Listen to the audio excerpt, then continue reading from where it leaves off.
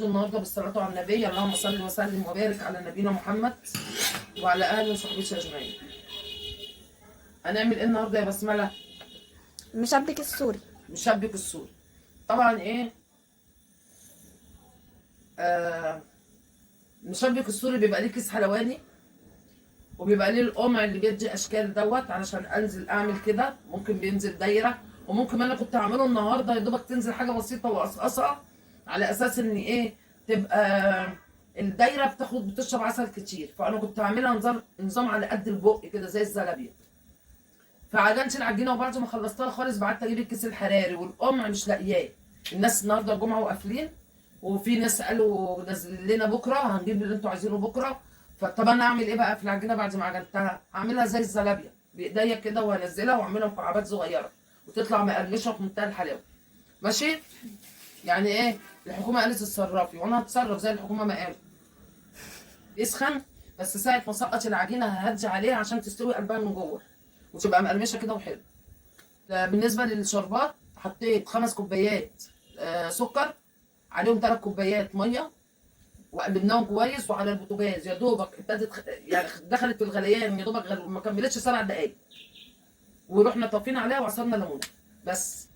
يعني الليمون ما يتعصرش وهي بتغلي عشان ما يديش المزازه في الشربات.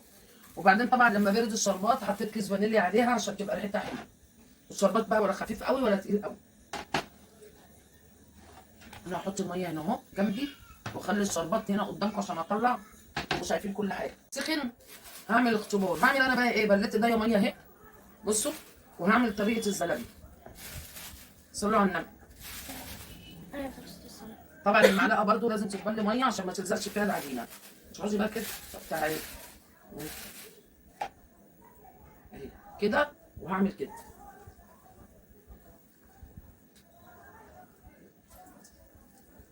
ان شاء الله هجيب القمع واكون محضره. انا اتسرعت وعجنت العجينه وعملت من غير ما ايه، ما اجيب القمع اللي هو طبعا بيعمل اشكال.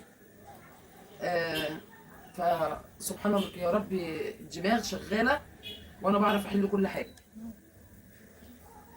صلوا على النبي.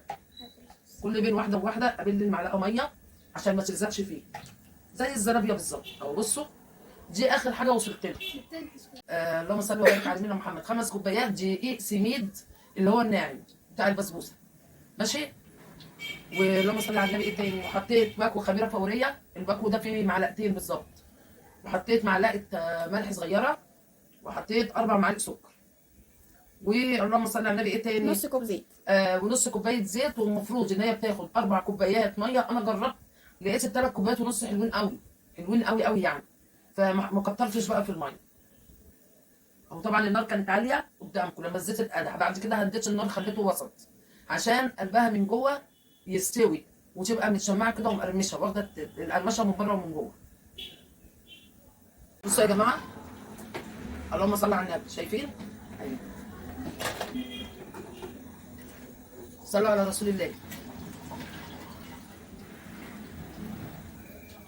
رب بحاج النبي. بصوا يا حبايب قلبي، هوريها لكم دلوقتي. صلوا على رسول الله. طبعا في جنب مني طبق سمعتوها وهي بترقع اهو. شايفين؟ اهي بصوا يا جماعه، عايزه واحده طريه كده وهشه من اليوم جوه، هنا بقى حاجه جميله. خد جميله. طبعا كده مش متوقعه بجد يا جماعه. بس ايه ده، دي تحفه. عامله زي بلح الشام اللي بتعمل بسم عندنا. الله ما شاء الله. الله جامده قوي. طيب حمريها شويه بقى. مش قادره اقول لكم على جمالها والله العظيم.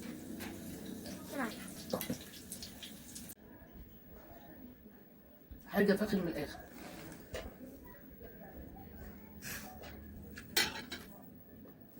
لا، طب الحمد لله، ربنا يحسن ما بين ايديا. ايه رايكم؟ والله انا كنت كل ما ابعتهم في محل، طب روحوا المحل ده، يجوا يقولوا لقيناه قافل. طب روحوا المحل ده، رحنا بس قالت لنا لا ما فيش النهارده، ان شاء الله هجيب الحاجات ديت بكره.